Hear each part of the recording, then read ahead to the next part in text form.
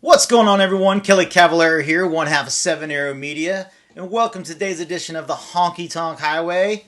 It's Thursday, almost through the week, one more day. Thank you, everyone, for tuning in so far. Hope y'all are enjoying all these interviews that we've been doing over the last couple weeks. Don't forget, if you haven't yet, like, subscribe, follow Instagram, Facebook, YouTube. That way you don't miss out on nothing that we do or that we post. That way you never know what we're going to do. Today's guest, we're going a little old school. Good friend of mine, all the way from California. He has a couple events that he does out there. One of the nicest men that I've probably ever met in my line dance career. Ladies and gentlemen, all the way from out in Chico, Mr. Michael Barr. What's going on, Michael? Well, thank you for joining us today. Yeah, well, thanks for coming into my old school classroom here. You little whippersnapper, you. Hey, come on now.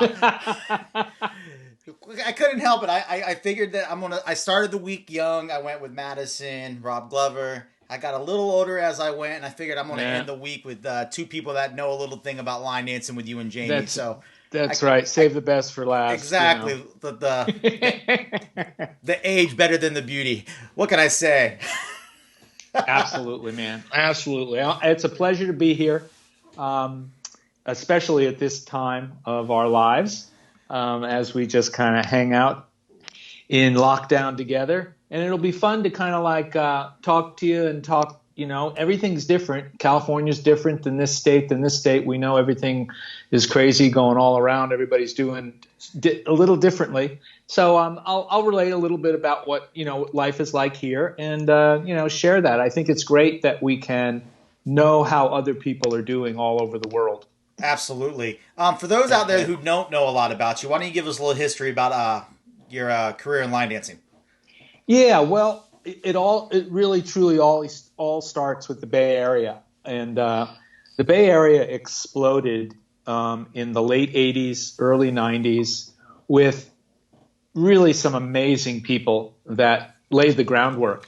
And I was absolutely fortunate enough to not only become friends, but to learn from them. And, when you have a mentor and a friend that become one, you've just hit the jackpot. And that would be Charlotte Skeeters and Neil Hale. And those two particular people, along with a set of friends that they had who just made line dancing as fun as it could be. They put on events in the Bay Area. I truly started dressing up Friday and Saturday nights like it was the movies and going out to these incredible bars or incredible gymnasiums with 500 and 700 people in for the weekend. It really was just awesome. And anyway, I started to just learn and learn and learn. And it started with my first partner, Hetty McAdams, Fly Like a Bird. And we got together and I started teaching with her. And she just started kind of like helping me because she had been teaching for about a year or two before me. And we just exploded into a choreographic delight. I mean, things exploded here. And we started choreographing right at the same time Neil Hale and Charlotte Skeeters started traveling the world. And they were the first ones to kind of leave and go off to Australia and England and Europe and Asia. And they decided to take my dances with them. Nice. Yeah. Now, come on. Hello. Yeah. You know, they were written on napkins. So, you know, I had to get really professional about it and write one up. And because Charlotte's a stickler for that. And so anyway, they took some of my dances with them. They were liked. I started getting phone calls to come out and teach. Daphne Anderson, just an incredible lady with her ex Jim, did a incredible event up on the Vancouver Island, and it was called Cowichingo's Country, and that is where I got to meet the Bill Bader, the Joe Thompson, the Michelle Perron, the Max Perry. Actually, I met him in Vegas that same year. And I got to see these people working. They got to see me working. And I mean, it was family. It was instant. It was truly instant family. And it has just taken that road. I was as lucky as can be to be at the right place at the right time. And it was truly the moment that I needed, because I was as unhappy as anyone could be right around 1994, 5, 6, even 2 and 3. I was ending a painting career. I was a house painter and a contractor in the Bay Area, and I could not stand it. I just I had it way up to here. My body was rebelling. I had a major shoulder operation, which I had a wonderful, wonderful insurance policy that gave me 2 years. Ooh. I mean, I know. I paid a lot of money for that policy, and it pulled through. It gave me 2 years that I didn't have to work. And that was right after I got the operation, and I had 2 years off. And that's right around when I found line dancing. So as I went back to painting, I knew that I needed something else. And so the dancing just kept coming and coming. The timing was excellent, and all straight right through the 90s. Just went to events, met the event directors. It's all about friendships. It's all about your first meetings with them. They trust you, they invite you, but you also then have to bring the goods.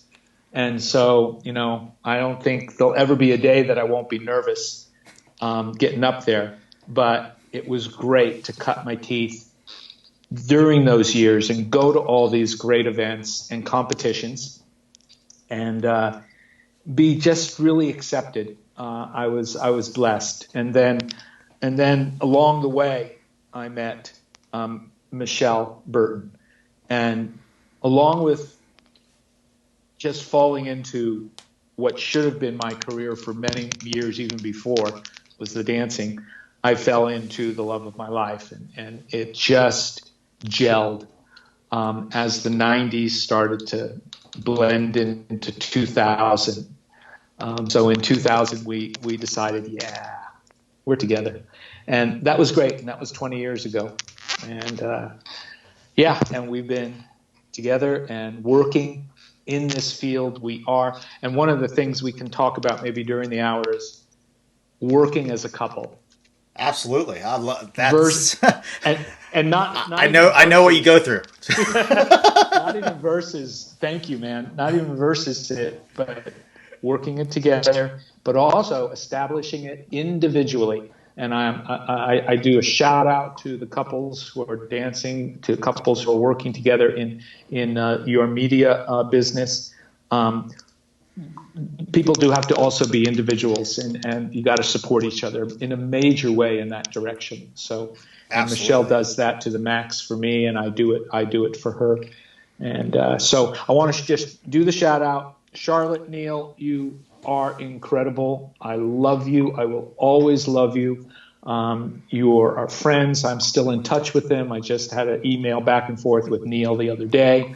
Charlotte, I see on Facebook every day with her little geese videos, and I just can't thank them enough. So that's it in a little bit of a nutshell.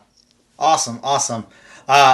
We are joined by Madison Glover, who's in the chat. Who it's bright and early in Australia. It's like just after 7, because she came on the beginning of the week.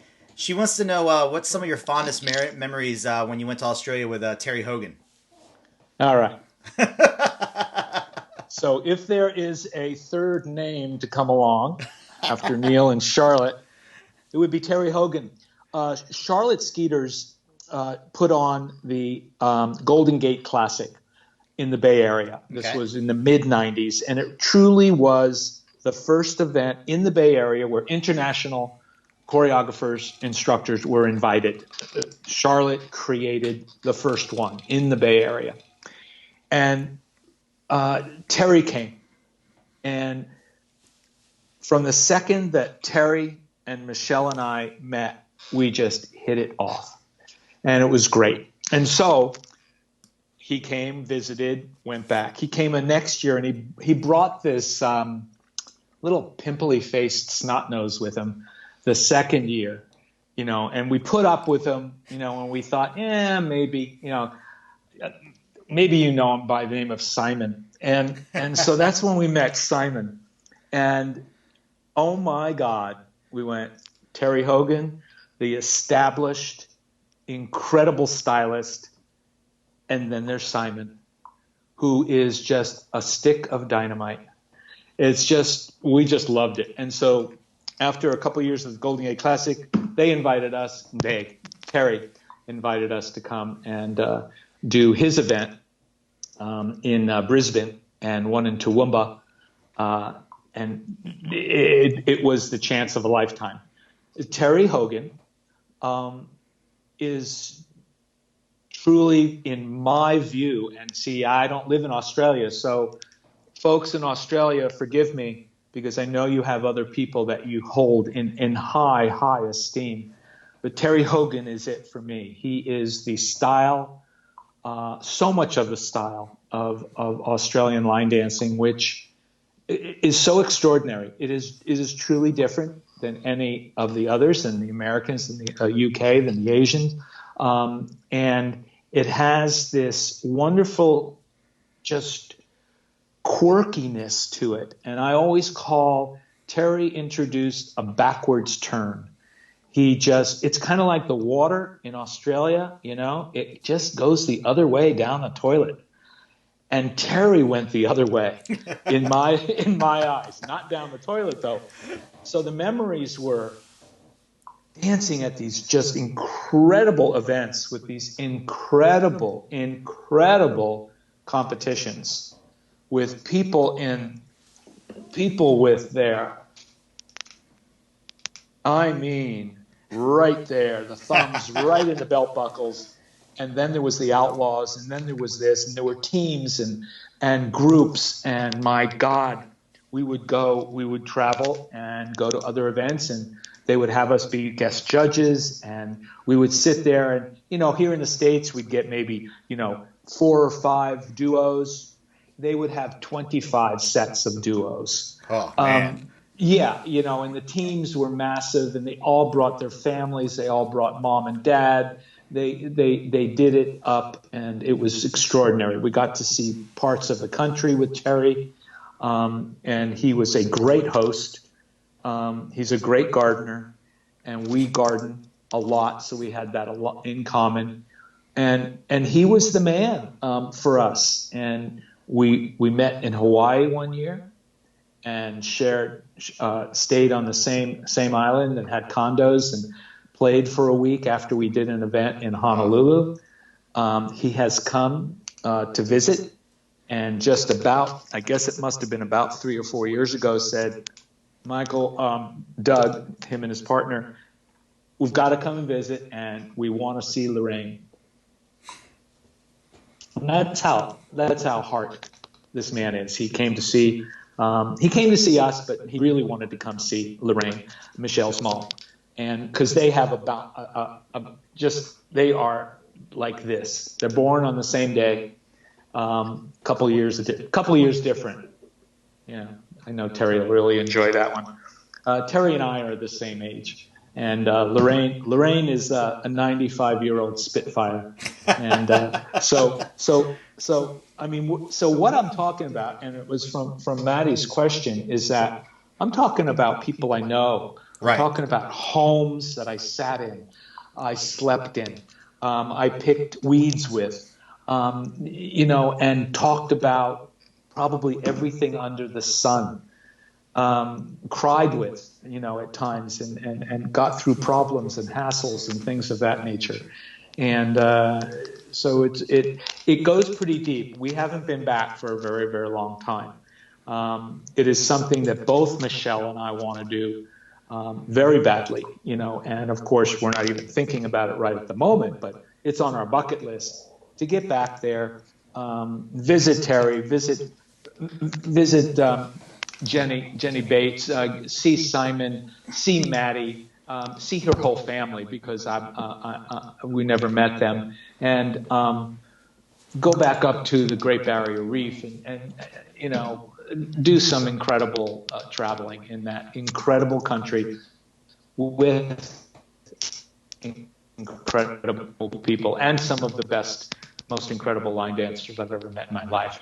And this little section on Australians, Madison is just, let's put it this way, about 4 years ago, maybe let's say 7 years ago, Maddie's not quite really on a certain, and Michelle and I are looking at each other and we go, wow, really, really good. People, instructors coming out of Europe and England and Norway, Sweden, and wow, Asia is really exploding. But there's this team of wonderful youth, and we say, wow, it's feeling really, really good. Right. It's in good hands, because we were wondering. Because, okay, yeah, I am aging, and I am really getting up there. I'm one of the older ones on the circuit. And it's going, where is it going to come from? And so we saw that. And then Madison Glover hit. And I went, oh, my God. Thank you, Lord. We are in such good hands. And I like to be a bit of a dad sometimes. I want Maddie to take care of herself and do all the right things because I'm selfish. I want her to be doing this for as long as possible. So, that's the dad part in me. You know that, Maddie. And Maddie gave me probably the nicest compliment anybody could ever give. And I saw her at one of the events, and she goes, how's things going? How's got a boyfriend? You able to, She goes, nah. She goes, I'm just looking for that 20-something Michael Barr. So I melted. She melted my heart right there. And I couldn't be happier to see her and the pictures. I haven't met Brett, but I couldn't be happier to see her with her new fella and doing very well. So cheers. Cheers, Maddie. I love you dearly. Here you go, Maddie. What way to start your day? Because I know you're heading into school soon. Yeah, that's right. That's right. Got a question coming in from Mr. Fred Whitehouse. He says, Michael, I know you've seen the dance scene at its best with packed classes and ballrooms. Do you see line dancing sticking around for a long time? Yeah, thanks, Fred. And I love you dearly, Georgina. What a way to start a marriage, huh? Locked up together. I love it. I totally enjoy Georgina's diary each day. That's a great question because it leads me into what I would consider a pretty easy answer. Yes, I do see the line dance events packed and continuing for a very long time. And I'll kind of segue right into why, and that is, let's just use Fred as an example. And I know that's not why he asked the question, but I love to at least try to embarrass him a little bit. And that is, come on, Fred is a gentleman. He has everything good in his heart for his work. And so when you see that, and then you see it in a number of others, and I must say, I would think that if you were to somewhat overlay the early 90s when in the Bay Area, when a Neil Hale, a Charlotte, and then the second layer of the Michael, the Michelle, the Hetty, these people that were blessed enough to be able to travel the world and to pick up on this whole wonderful activity. You have now this wonderful overlay again of, the friendships that you see with Fred and Shane and Gary and one of my favorites, Fiona. I love Fiona and Roy. You see these friendships that are just lifelong friendships, and they'll go through their ups and downs, but it is like this second coming, this second really incredible wave. And so, Fred, I do see it lasting for a very, very long time, but because of people like yourself, that's why I see it lasting. Otherwise, I wasn't sure, and there are others, and I'm not mentioning all their names, but the people that are on the circuits and working their little tootsies off to the bone, my hat goes off to you.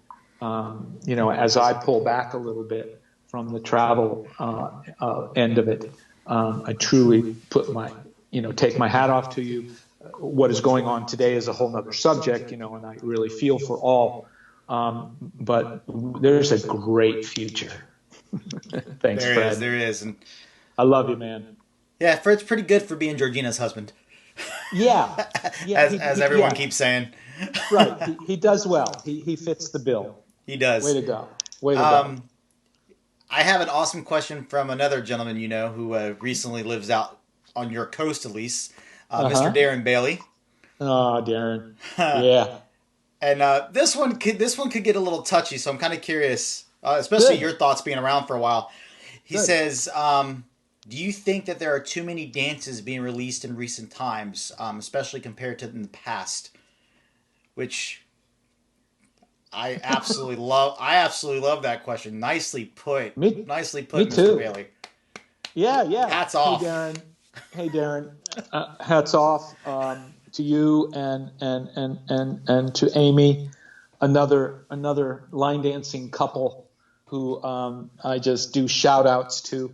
I love you both dearly. Darren, I cannot say it strong enough that on the one side there are way too many dances. How do you, and Kelly, I'll give you a heads up. I'm going to ask you to repeat the question in a little while because sometimes I go way off. No problem. Way Absolutely, off into sir. la la land. I want to stay You on are totally Darren's. fine. Good. I want to stay on Darren's message. So yes, I do think there's way too many. Now, with that said, how do you tell someone not to create something? How in the world can you possibly lay down that edict? That just doesn't work. Um, and I don't think there's any combination where you can say, okay, you can only do so many and you can only do so many. I Right. mean, that's crazy making. To make it in this line dance world, if it is truly your goal to get on the circuit and to travel and to lose your luggage like Fred does all the time, then you you've got to have a little bit of luck and a tremendous amount of talent. And True. I believe I had more luck than talent. So because we were still writing them on napkins, so there wasn't the competition, there wasn't the internet. The dances didn't get around that quickly.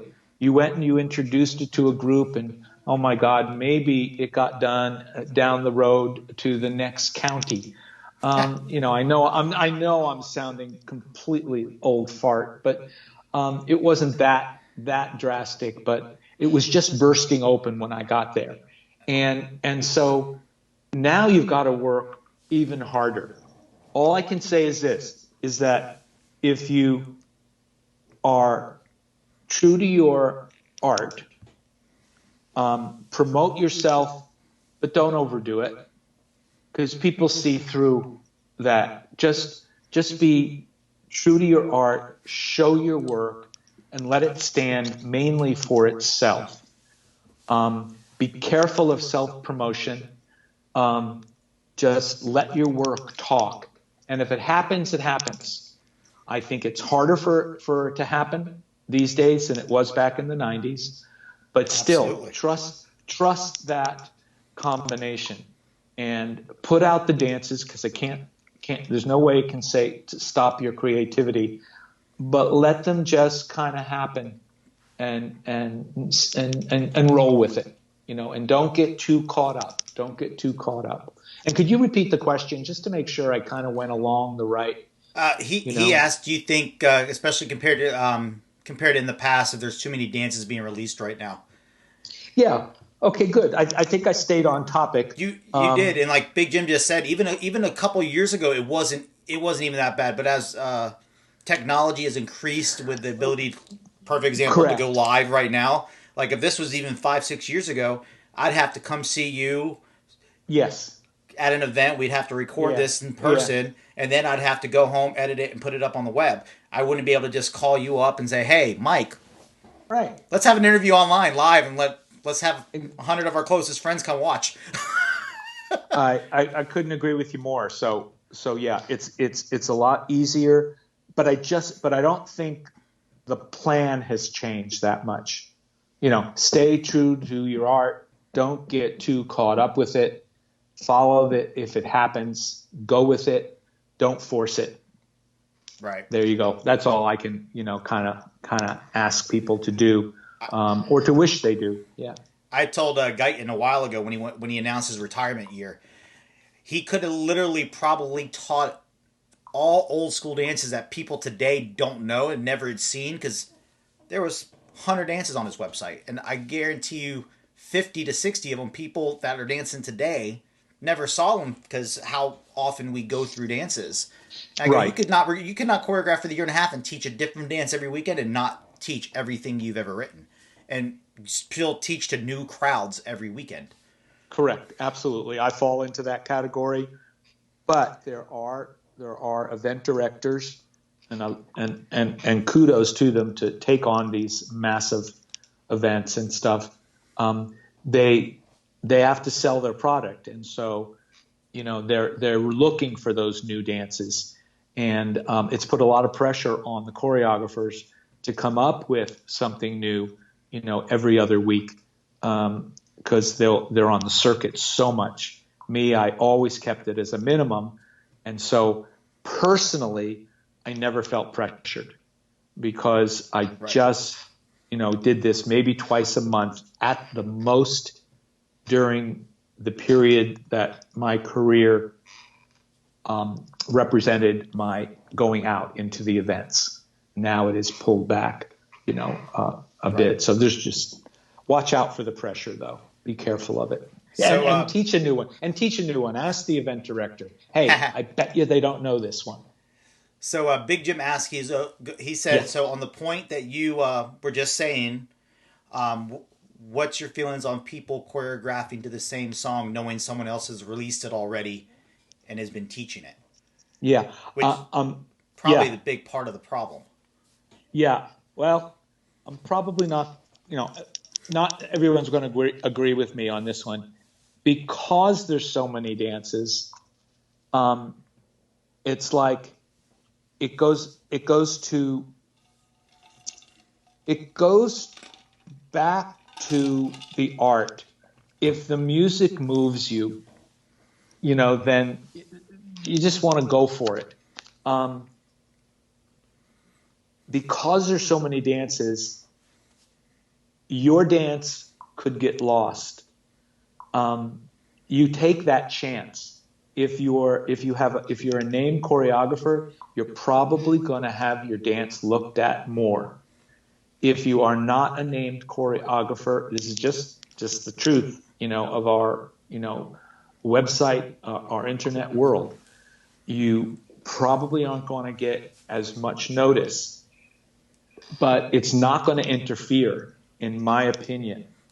It's just not going to interfere if there are 2 or 3 or 4 dances to the same song. Now, the core choreographers around the world say there are 100 of them.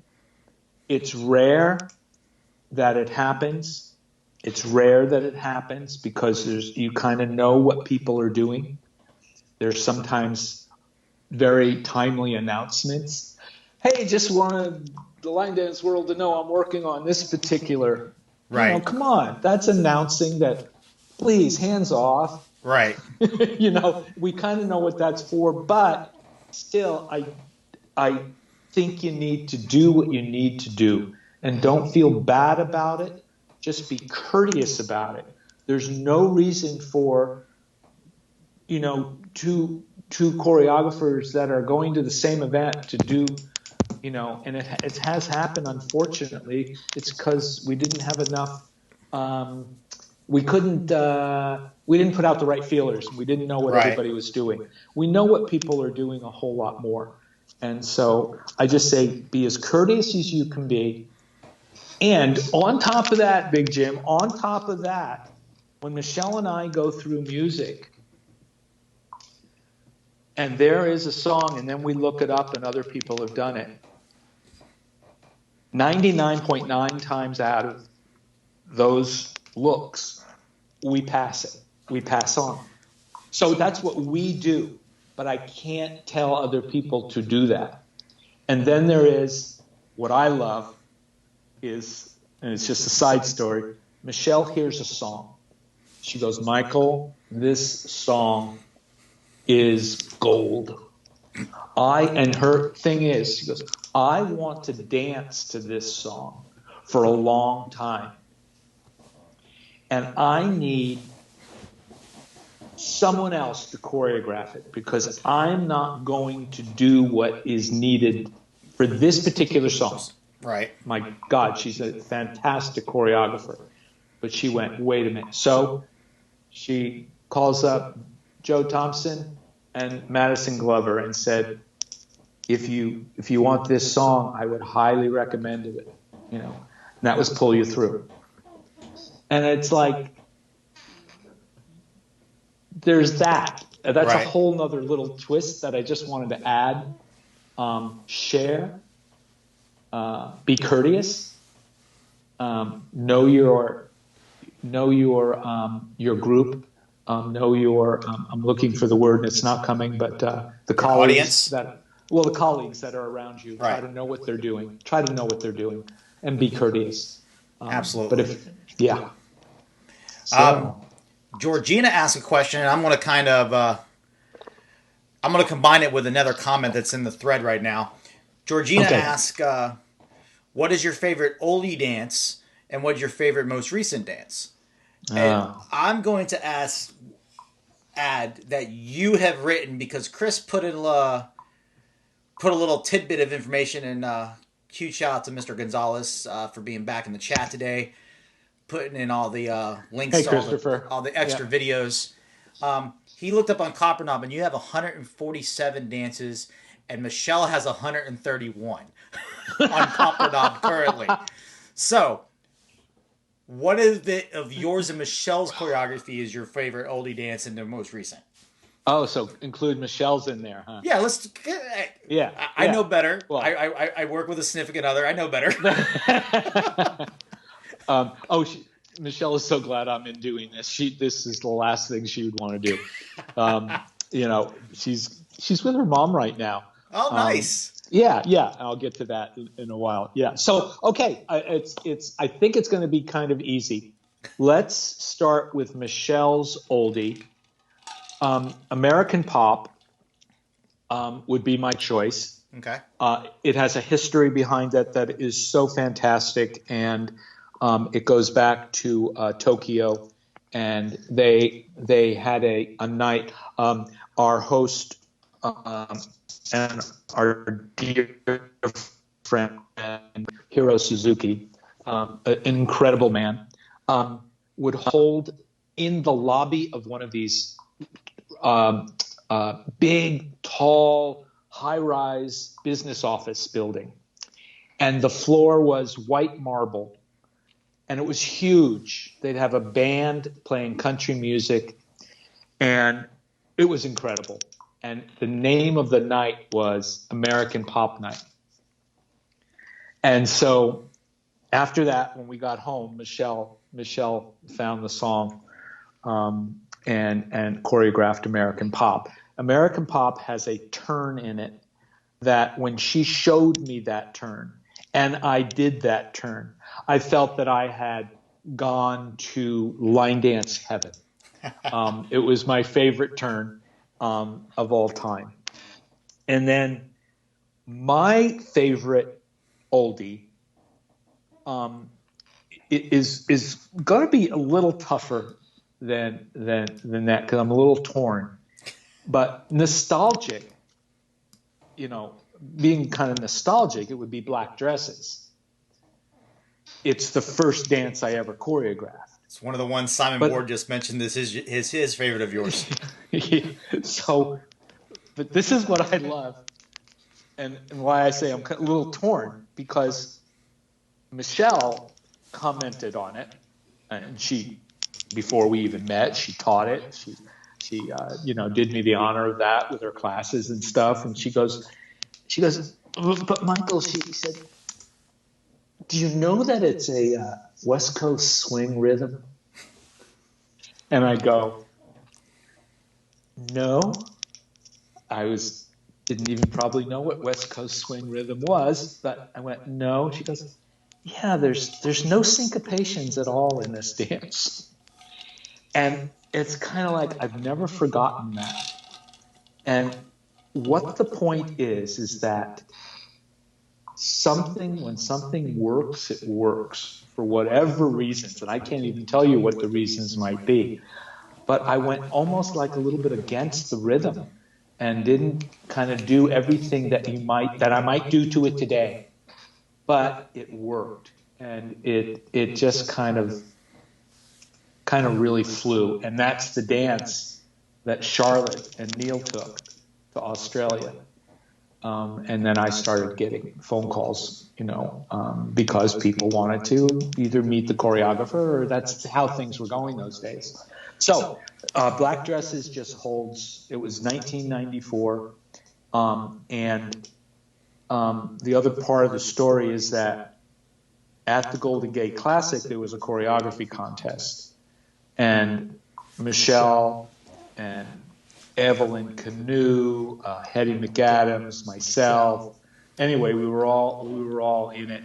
And so the first time I ever met Michelle was when I shook her hand, because she took number one at the Golden Gate Classic choreography. And so it's another moment, that I'll never forget, because I met the woman I love. Didn't know it then. Took 6 years in other lives and stuff, and that was fine, because you got a friendship that built during those years, a colleague around dancing. So then, as far as my favorite, I'm going. It's the easiest thing to do, because it's a twofer, and that is Good As You. Great dance. Michelle and I got to choreograph that together. So I'm not going, I like this one of mine and this one of Michelle's. I hope I'm not going against the rules, but nope, you're fine. Yeah, we are just beside ourselves with how happy we are with this dance, and just absolutely love it ourselves. Since I can just, do that a little bit right now. That song is absolutely amazing too. That song isn't it an amazing song? Absolutely amazing song. Yeah, and it's just so great that song and us working together came at this time. And when I say this time, I don't even mean about what's going on in the world as far as the coronavirus and all. What I'm talking about is Michelle and I, for the last, say, 4 years, have pulled back very strategically, because, when you have contracts, sometimes you've got 2 years in front of you where you know what you're doing, Right. So we had to decide on when we would kind of pull back, and it was actually about a 3-year process. And to be pulling back and, still enjoying the dancing to no end, but to be able to pull back and then have this kind of response to something that we choreographed is just a terrific feeling, and we appreciate just all the love we've gotten because of this particular dance. Yeah. So, and thanks, Georgina and Fred. Love you guys. In case you're wondering, Michelle says, "What's your name?" is her favorite dance of yours. Right. She chimed in. That's why it's a little tough, because if there is a fun, crazy dance that's been out there, competed with it actually at Worlds many years ago, that would be it. And I'm pretty sure I'm going to do a retro on it. Someone asked me to do it, and I think I'll do a retro in the weeks to come on What's Your Name. Awesome. Simon says, "A Waltz in Time, What's Your Name, and Backroads were always massive down under, and all-time faves over there." So hashtag you're a true legend. Which Thank you, shout Simon. out to my buddy Simon, who I know is up early as well. Hope everything's going good over there in Aussie, buddy. Someone on Facebook, let me scroll back here. Maureen on Facebook asked, and this goes back to the question before about line dances, the amount of them. She goes, split floors were a huge feature of dance events back in the day, but they did seem to be very rare now. Do you think that should be encouraged more, and that could help with some of the volume? And I was going to add to that, it seems that back more today, dances are more song specific. Dances back in the day, at least when I was first learning how to line dance about 20 years ago, we would do a lot of stuff to multiple songs through a night, anywhere we went, bar, anything like that. Do you think that has something to do with it, that dances today are being more written song specific, and that's why there's no floor splits as much at dance events? Okay. No, it's a great question. And in our household, in the Burton Barr household, floor splits are to our liking. We will support them as much as possible. A couple things I do think song specific has a lot to do with discouraging that. Sometimes you hear comments of, "Oh, I wanted to do that dance to the original song. It just didn't feel right." Right. I get it. I mean, I'm not refuting that at all. It can feel weird. Um, what we like to support, though, is a full dance floor and dancing as much as possible. And what we also like to support is that any super popular dance that we might split the floor on and the song isn't associated, we don't use that song. Right. We come back later on in the evening and do the original song. So there are some guidelines, and they're not written down. They're not rules. They're just your own sense of, well, if you do some floor splits, it's kind of the dance that might not have the song, but if it's really popular, you'll come back with it. The other thing that I think discourages it, it's a lot of damn work. Well, that and Debbie Pankos just put in the chat also Yeah. that it's more like we have multiple rooms a lot more now than we did back then. Right. Multiple Perfect. rooms, which has a lot to do with it. Debbie. Yeah, and when you do have that multiple room, right, there's no need you've for got a floor this split. freedom. Well done, Debbie. Right. And where I come from, event-wise, we have two events, and they're both one-room events. So we are just this right love-hugging family, one-room kind of event directors, and so we do want to embrace the split floor because we only do have the one room. Right. With that second room, oh man, yeah, I don't think you really have to work on that. Right. But my hat goes off to Christopher Gonzalez, Megan Barksugia, for doing floor splits and helped us out in our Palm Springs event, along with Bracken Ellis, our DJ there. Right. And we got some complaints and we got some really, really good input. And we know that more people danced longer during the night. The input was good, and we plan to work on that. And it's a work in progress.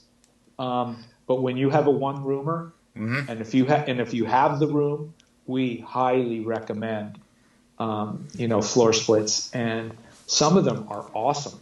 Some of them are terrific. Some of them kind of leave you a little wanting, and we understand that. Right. I know, like Rachel does for her workshop, she does a floor split for every song.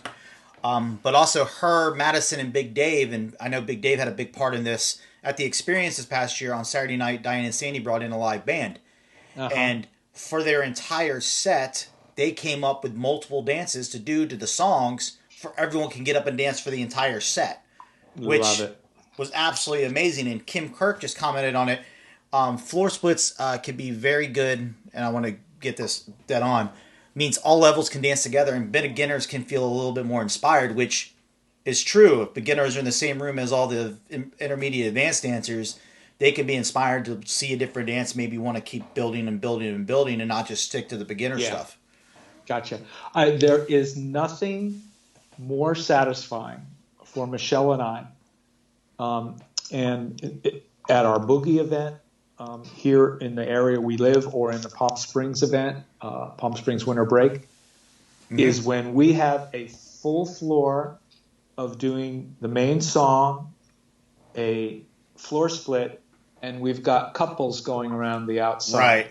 Now you have just taken the best of all worlds, and you've stepped back in time where we loved going out because that's how many things were going on the floor. Couldn't say more about it. Loved it. Still love it. Still will encourage it. It takes a certain group of people, though, to do that. I hope the pattern dancers, the two-stepping and stuff, I hope it gets continued even in the line dance world, be accomplished in all of it, because Right. it'll come up. It'll come up in your dance venues where you can just go do a two-step. Exactly. Why not? Georgina commented that that's the one big thing a lot of people miss when they come over from the UK and Europe is that one room feel. They Hmm. miss that from events, that everyone all being together and it's split up Yeah. and going room for Let me room. And some let me of the give a hotels don't make it easy because the rooms are nowhere near each other. true. Well, let me give a shout out to a multi-room, multi, Mm-hmm. three and four. I think it was 4 story, 3 story at least, maybe four. And that is Dale and Tanya Curry, Okay. and their event, Fort Wayne, Fort Wayne, Indiana. And Jamie and Barney took it over. Yes. While Dale and Tanya had it, and then Jamie and stuff, who was in the Scottish Rites Temple, possibly old building with noisy heaters and stuff.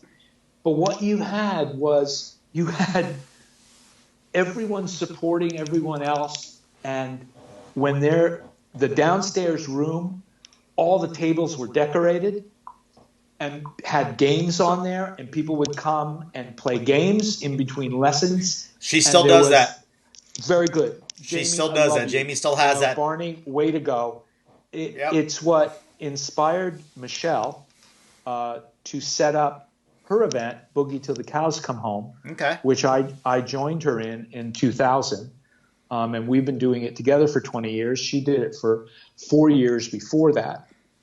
And it was all about, just having that one room feel and having people participate. And so at Boogie, it gets very crazy. New people that come to Boogie, sometimes we need to watch for them. We need to care and go up and say, you're not going insane. It's okay. Because the people that are decorating their tables and playing games and doing certain things and coming off of a theme, all we do is give them one little part of a theme and they take it and fly with it. Yep. Has been probably the most satisfying thing that I've ever been a part of, and that is watching Boogie have a life of its own. And so this one room thing, I tell you, it's awesome. I know that Jill Babinick does a one room, and Yep. hats off, and Jamie, and way to go for continuing that great tradition. So yeah. Awesome. God, there's fun stuff. All right. I'm gonna end it with two questions of my own. Okay. One I've asked everybody this week so far. One I've asked Yeah. every guest on my show pretty much but one. So we'll Okay. start with that one first. If money was no object, Yeah. if money was absolutely no object, where would you hold a dance event? I know you have two in Cali, but where any place in the world? And who would be the first five Oh shit. people you would call up to be your instructors? The first five people you would call up and say, "Hey, I want to do this awesome event here." Who would it be? Oh my God. I was really, really, really liking this whole thing. You know. Yeah, I was really enjoying this. Well, Trevor came up, of Until course, and he now. did this after he was on the show. Trevor came up with this great question during my second ever episode with Big Jim, and of course he missed. He didn't ever have to answer it. So Trevor, I'm warning you now. If you're watching, I'm going to have you back on the show to answer your own question, or we're going to have to shoot a video before I can post it. And he came up with this great question, and it's been kind of fun asking about it and Yeah. getting involved in it. Okay. Okay. So, I would. One of my favorite places is Palm Springs, and so I'm going to be the good event director who's going to publicize his own friggin' event. It has been incredible 3 years, and the people that we've had in those 3 years, we started off by saying, okay, we want couples to to be supported. So Amy and Darren were our first. There you And go. they did it for it, and they just did a great job. And then we had this unbelievable mentor, idol, Joe Thompson Szymanski. And then this past year we had Roy Verdunk. It's like, oh man, look at just in that, Right. the talent that's in that. But if it was going to be this, no money, didn't matter where it would be, I would have the best condos in the world, and I would invite, and it might be more than 5. It would be 2 particular men, whether they wanted to dance or not, they would be honored, and that is Terry Hogan and Neil Hale. I would invite Charlotte Skeeters to teach. I would also invite Joe, Rachel, Maddie. And then for the Saturday night show, it would be Simon.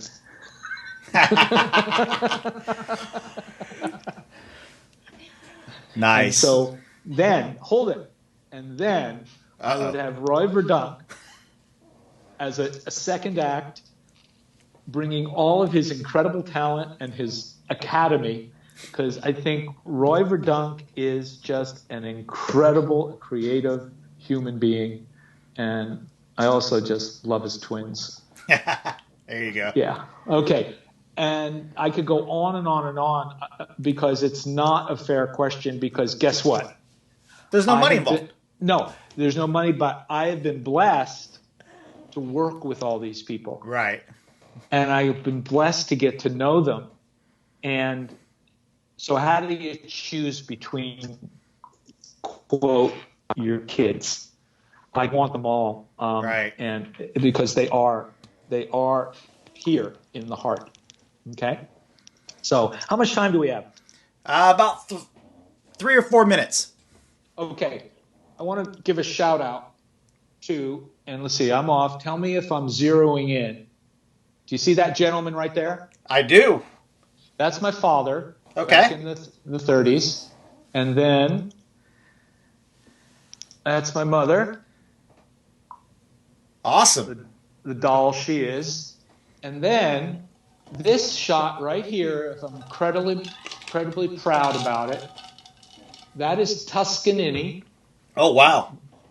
And that is my grandfather. It's a New York Philharmonic. Excuse me, Oh. There's my grandfather with the glasses. New York Philharmonic. So I only came to line dancing when I was 41, because I did that horrible painting career I told you about. I just want to say, it took me a long time. My father was a pianist. My mother was a dancer. It took me a long time to find my path. But I want to thank my parents and my grandparents because they had it. They put it in me. I just took a little extra time to find it. Right. And it's been the greatest ride ever. Awesome. Yeah. So I have one more question real quick, and it came from Good. Brandon Zahorsky. Yes. He was my guest last Friday, and I asked him to come up with a question to ask everybody this week.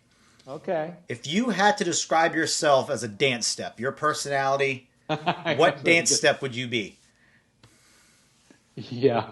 I know exactly what. Derek was a skate. Okay. Rob was a Monterey turn. So, to get into the picture, I'm right here, right? Mine is a fake look turn. It is.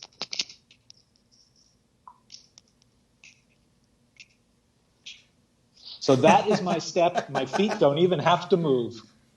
But you'll see it in a number of my dances. Gotcha. Well, huge shout thanks, out. Brandon. Good one. Thank you so much for coming on the show. It was a pleasure having you. Amazing time man. chatting with you and hearing about all the history you have in this great world. Love it, man. Yeah, there is a lot of history because I have a few years, and I can't thank you enough, for bringing the old school in. Absolutely, it was an honor getting to have you on, and I had a blast. I always enjoy talking to you. So Good. All right, man. Hope everyone outside out at home enjoyed watching the show. Thank you guys for Doing joining a us. do. Tomorrow, Jamie Marshall, the Jamie Marshall, will be joining me right here on the Honky Tonk Highway. And don't forget, at the end of the show tomorrow, I'm going to be announcing the lineup for next week. I guarantee you, you are not going to want to miss this. I went out and got a little crazy. So tune in tomorrow, 5 o'clock. All right. Like, follow, share. Enjoy, guys. Doing a great job.